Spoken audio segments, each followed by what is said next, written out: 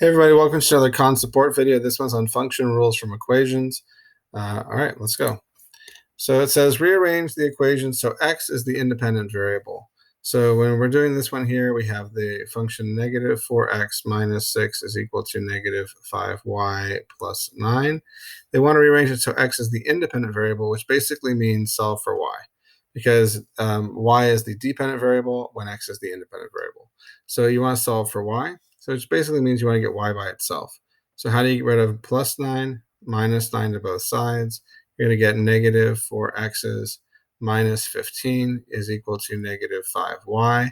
Then you want to undo times by negative 5. So at this point, you divide by negative 5. If you divide the right side of your equation by negative 5, you got to divide the left side, all terms by negative 5.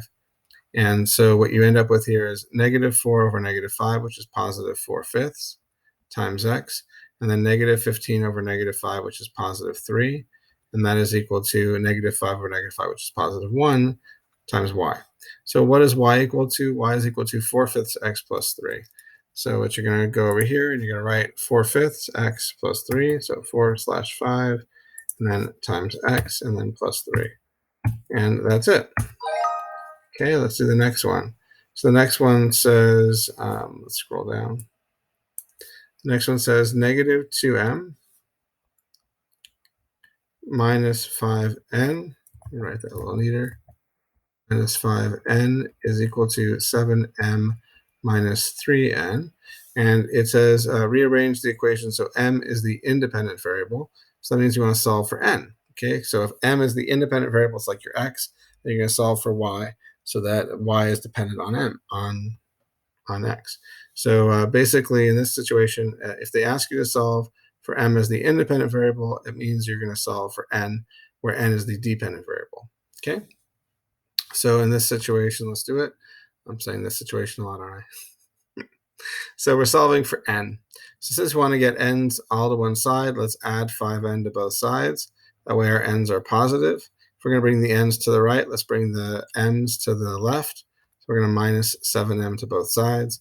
You guys will get negative 2m plus negative 7m, which is negative 9m, is equal to negative 3n plus 5n, which is 2n. And then you don't want the value of 2n's, you want the value of 1n, so divide both sides by 2, and you're going to get the answer, which is negative 9/2 m is equal to n. And so when we solve for n, and we're going to have the answer that negative 9/2, so negative 9/2 times m is equal to n. All right, let's do the next one. So the next one says 10q minus 5r is equal to 30. And so this time we're going to solve for r as the independent variable. So that means we're going to input the r and output the q. So that means we want to solve for q. We want q by itself, so that's the output variable, right? So we're going to have a chance to get q all by itself. How do you get rid of minus 5r? You're going to add 5r to both sides. And so you end up with 10q is equal to 5r plus 30. And then you want to undo times by 10 because you don't want the value of 10q, you want the value of 1q. So we're going to divide the left side by 10, you got to divide the right side by 10, all terms. And so we get q is equal to 5/10, which is the same as 1/2, so 1/2 r. And then 30 divided by 10 is going to be 3, so plus 3.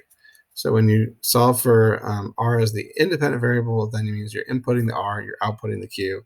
And so we got q by itself. Q is equal to 1/2 of r, and then plus 3.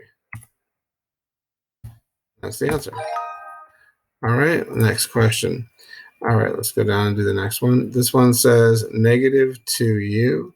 So negative 2u plus 6w is equal to 9. And they want w to be the independent variable. So like that's your x, right? They want to input the w, and they want to output the u.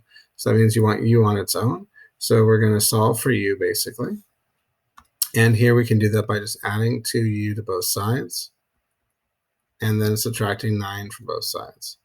And so we get 6w minus 9 is equal to 2u's.